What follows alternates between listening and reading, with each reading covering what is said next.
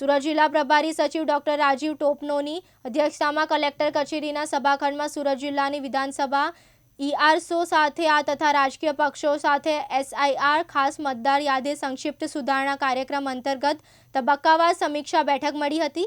બેઠકમાં એસઆઈઆર અંતર્ગત સુરત જિલ્લા કરવામાં આવેલી કામગીરી અંગે પીપીટી પ્રસ્તુત કરવામાં સચિવજીને વિગતવાર માહિતી આપવામાં આવી હતી।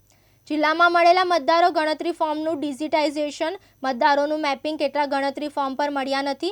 ઉપરાંત મૃત્યુ પામેલા મતદારો સ્થળાંતર અંગે સમીક્ષા કરવામાં આવી હતી।